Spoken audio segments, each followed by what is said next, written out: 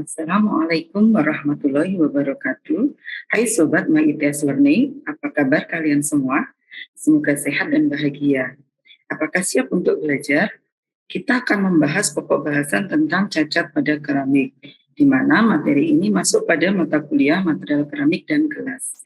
Bersama saya, Riyati Purwaningsih, dosen Departemen Teknik Material dan Metalurgi FTIRS ITS.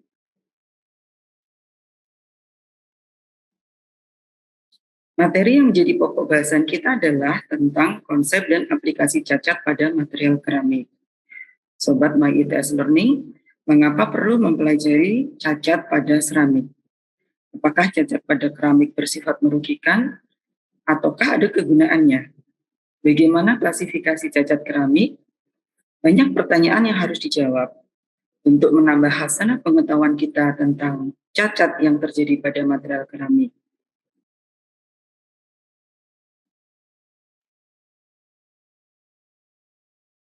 Sobat MyITS Learning, cacat pada material merupakan hal yang jamak terjadi. Cacat bisa disebabkan akibat proses pemanasan selama proses produksi, ketidakhomogenan saat pencetakan ataupun gagal proses saat finishing. Berbeda halnya dengan material logam, polimer, cacat pada keramik bisa terjadi akibat perlakuan mekanik karena kompresi ataupun tarikan, akibat perlakuan termal berupa sintering yang menyebabkan porositas bahan bahkan retakan. Perlakuan fisik dan perlakuan kimia juga bisa menghasilkan cacat pada keramik. Yang dimaksud perlakuan fisik atau fisika adalah misal diterapkan perubahan tekanan parsial oksigen yang mampu menghasilkan cacat pada keramik. Perlakuan kimia yang dapat menyebabkan cacat keramik adalah mekanisme reaksi akibat pemberian doping. Beberapa hal yang telah disebutkan akan dipelajari lebih lanjut.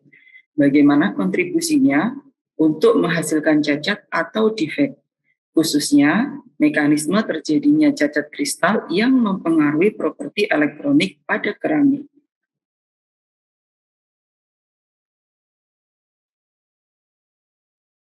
Sobat MyITS Learning, berikut adalah gambar atau visualisasi cacat yang terjadi pada keramik. Efek perlakuan mekanik dan thermal khususnya overheating dapat menghasilkan cacat berupa kerusakan produk.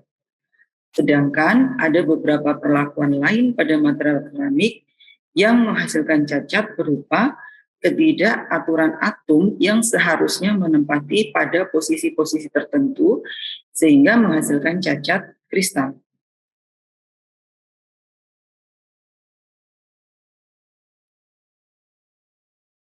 Sobat MyITS Learning, tahukah kalian apakah cacat kristal itu? Cacat kristal adalah ketidakteraturan atom dalam memenuhi posisi sesuai kaidah struktur kristal. Seperti tampak pada gambar untuk perfect kristal, atom-atom mempunyai keteraturan yang tinggi, atom menempati tempatnya masing-masing sesuai dengan kaidah struktur kristal. Apabila ada beberapa atom pada perfect kristal digantikan oleh atom yang lain, namun menempati posisi sesuai kaidah, maka disebutkan bahwa telah terjadi cacat kristal. Substitusi atomik atau disebut juga cacat kristal, dalam hal ini cacat titik atau point defect. Apabila susunan atom-atom mempunyai ketidakaturan pada posisi tertentu dan ini membentuk lintasan tertentu, maka disebut mengalami cacat linier. Apabila terdapat ketidakaturan atom-atom ini terjadi pada sepanjang lintasan tertentu dan menghasilkan kelompok-kelompok atom dengan susunan yang berbeda, maka dapat diidentifikasi adanya cacat grain boundary atau cacat batas butir.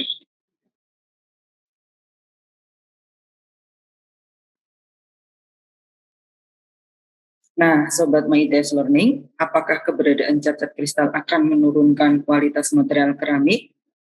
Seperti tampak pada gambar, keberadaan cacat titik ternyata mempengaruhi sifat listrik dan sifat mekanik material keramik. Berikutnya nanti kita akan belajar bahwa ternyata keberadaan cacat titik, misal interstisi seperti tampak pada gambar, akan diikuti dengan perubahan atau kesetimbangan muatan pada area tersebut. Sedangkan cacat batas butir mampu menghambat laju difusi sehingga mempengaruhi sifat keramik. khususnya nanti menghambat laju dislokasi. Salah satu manfaat cacat pada keramik adalah pada material semikonduktor. Efek dari pemberian doping atom fosfor pada silikon atau germanium akan menghasilkan elektron bebas. Mengapa demikian? Silikon dan germanium mempunyai muatan 4 positif, sedangkan fosfor mempunyai muatan 5 positif. Muatan ini juga berkorelasi dengan jumlah elektron yang dipunyai oleh masing-masing atom.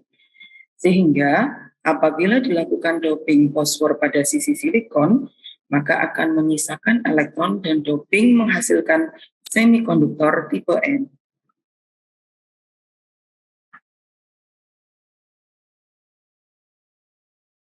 Bagaimana Sobat MyITS Learning? Apakah bisa mengikuti materi ini dengan baik? Baik, kita lihat bagaimana manfaat cacat kristal yang lain. Selain itu, cacat kristal seperti kekosongan, dislokasi, dan boundaries dapat mengubah sifat mekanik bahan. Grain boundaries dapat menghambat difusi atom dan gerak dislokasi, sehingga deformasi bahan sulit terjadi. Semakin kecil grain, semakin kuat bahan tersebut. Ukuran grain dapat diatur dengan laju pendinginan. Laju pendinginan yang cepat menghasilkan grain-grain yang kecil, sedangkan proses pendinginan yang lambat menghasilkan grain-grain yang besar, seperti ilustrasi pada gambar. Bagaimana laju dislokasi bisa dengan mudah diteruskan apabila tidak terdapat batas butir, sedangkan apabila menemui batas butir, maka dislokasi bisa dihambat.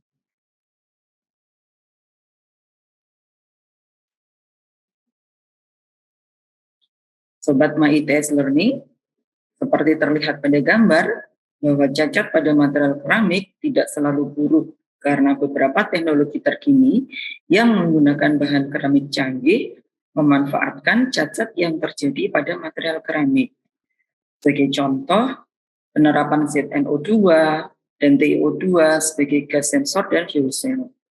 Sikon untuk solid state baterai dan bahkan cacat titik atau point defect dimanfaatkan sebagai penghasil efek warna atau kilau pada batu mulia atau diamond, ataupun ruby untuk penghasil laser.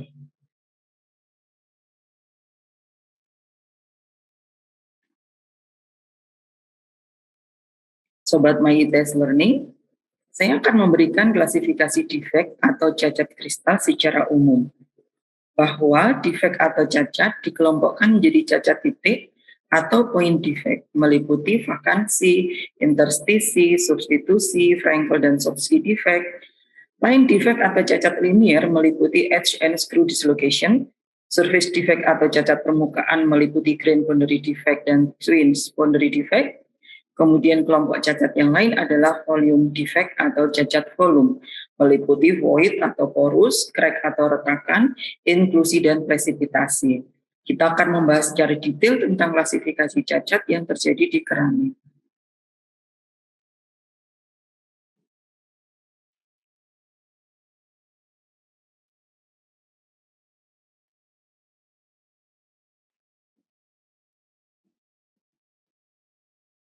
Sobat MyITS Learning, khusus untuk material keramik, maka apabila ditinjau dari kesetimbangan muatan dan komposisi kimia, maka cacat dibedakan atas cacat stoikiometri dan cacat non-stoikiometri.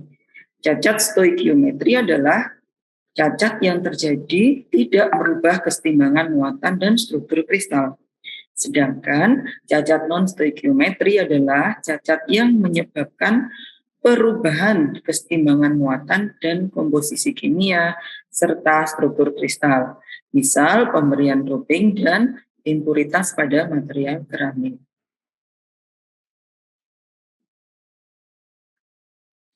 Sobat MyITS Learning, kita sudah memahami tentang klasifikasi cacat pada material secara umum. Berikutnya kita pelajari bahwa cacat pada keramik yang akan kita bahas meliputi cacat titik, cacat linier, dan cacat interfasial.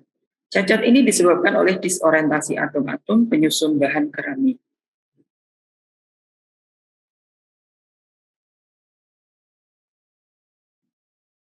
Bagaimana menggambarkan cacat titik atau point defect pada material keramik? Seperti yang telah digambarkan sebelumnya, bahwa atom-atom tidak harus selalu membentuk perfect kristal. Beberapa atom bisa mengalami kegagalan menempati posisi yang seharusnya. Digambarkan bahwa material keramik terdiri dari atom M dan atom O yang mempunyai susunan mengikuti struktur kristal kubik sederhana. Pada keramik atom M dengan muatan plus 1 disebut kation dan atom O dengan muatan negatif 1 disebut anion. Sehingga berdasarkan gambar untuk keramik yang memenuhi susunan atom M dan atom O seperti pada gambar, mempunyai kemungkinan cacat berupa titik, yaitu kation vakansi, anion vakansi, substitutional impurity, interstitial impurity, kation interstitial, dan juga misplaced atom atau atom yang salah posisi, salah tempat.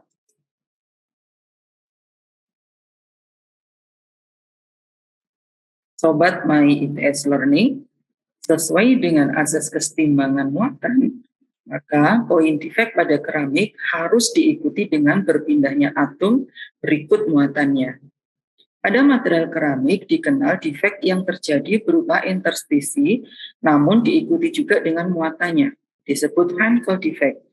Apabila contoh susunan atom NaCl sesuai dengan gambar, untuk perfect kristal, kation Na plus dan anion Cl min menempati posisi sesuai kaidah.